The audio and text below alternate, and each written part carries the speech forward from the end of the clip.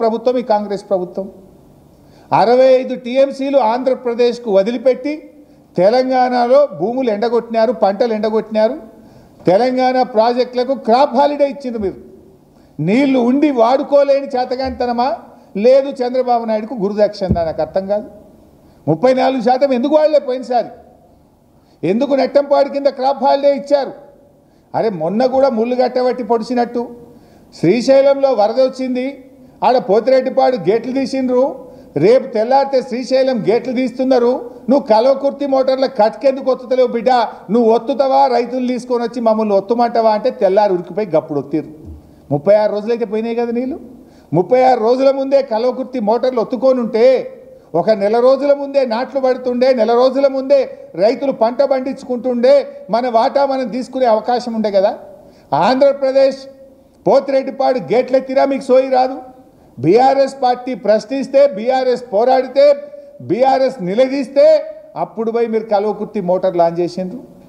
అసలు మీరు ఎక్కడ నిజాయితీ ఎక్కడిది మీకు? ఇప్పుడు చర్చ జరిగిందని ఆంధ్రప్రదేశ్ మంత్రి నిమ్మల రామానాయుడు చెప్తాడు, జరగలేదని రేవంత్ రెడ్డి చెప్తాడు, ఇంకా స్పష్టత లేదని ఉత్తమ్ కుమార్ రెడ్డి చెప్తాడు. ఏంది ఇది? ఉత్తమ్ దో మాట, రేవంత్ దో మాట, ఆంధ్రప్రదేశ్ మంత్రిది ఇంకో మాట. ఇప్పుడు ఈయన నేను బాగా మంచి పని చేసినా ఇవాళ అంటాడు. ఏడాది కింద కూడా నువ్వు కలిసిన ఒకసారి జూలై 6 నాడు చంద్రబాబు నాయుడు గారిని ప్రగతి భవన్ పిలిచినావు.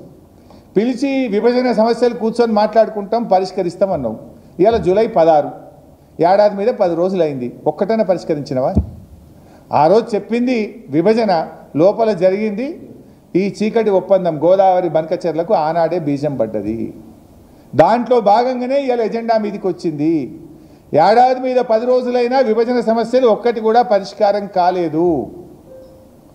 నువ్వు ఇవాళ కూడా కమిటీకి తల ఊపి తెలంగాణకు అన్యాయం చేసినావు. నువ్వు ఇప్పుడు ప్రజలకు తేటతెల్లమైంది, నిజం నిప్పు లాంటిది.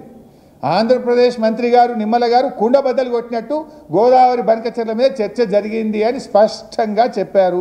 ఇది agenda, this is official agenda. ఇది ఢిల్లీలో కేంద్ర ప్రభుత్వం యొక్క ఎజెండా కాపీ ఇది. అందులో ఫస్ట్ ఐటమే గోదావరి బనకచెర్ల ఉంది. రేవంత్ రెడ్డి